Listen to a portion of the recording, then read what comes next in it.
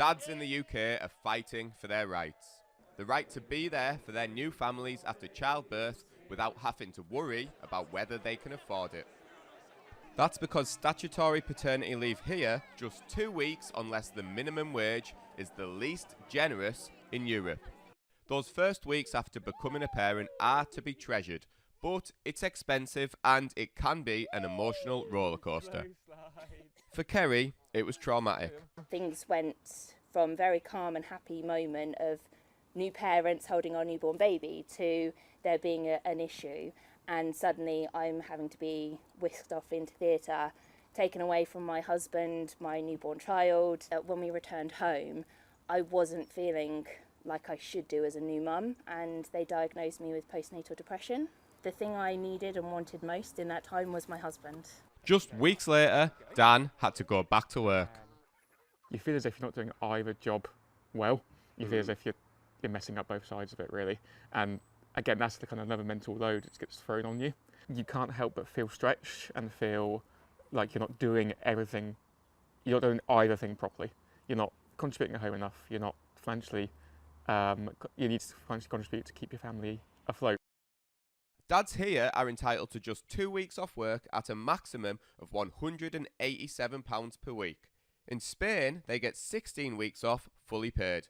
And in Sweden, they get 34 weeks off on up to 80% of their normal salary. 62% of British dads say they struggled financially after their child was born, and 57% said that means they're reluctant to have more children. It's a problem affecting mostly low-income families. High earners are more likely to be able to afford a temporary pay cut or work for a company which offers enhanced support, but most don't.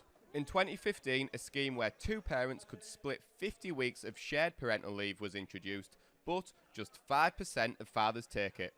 And campaigners who organised the world's first dad strike this summer are demanding reform.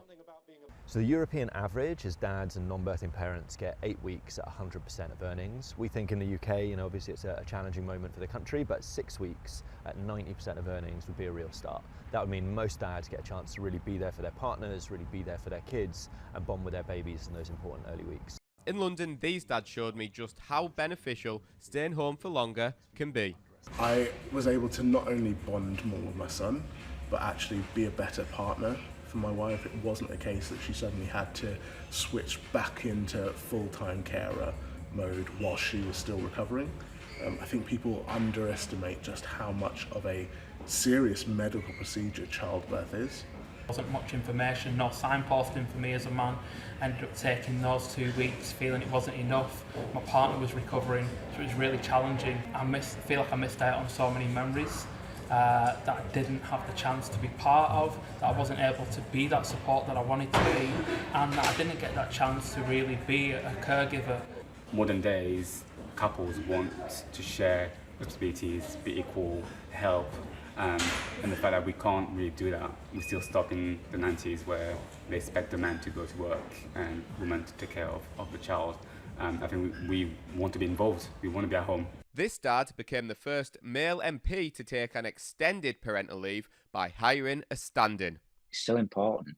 We've got this world of toxic influencers like bottom feeder, I call him, Andrew Tate, and for dads in particular to be there as role models for their sons and daughters, it's more important than ever. And what the research shows is that productivity increases for parents when they go back to work. You're gaining those skills as a parent, and importantly increases your mental health, your well-being and your resilience as well.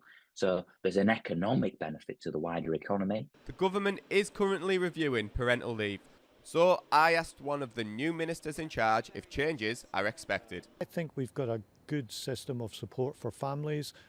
We'll always look at it, but any benefit changes, of course, have to be affordable. But do you think the government could be more generous for new dads?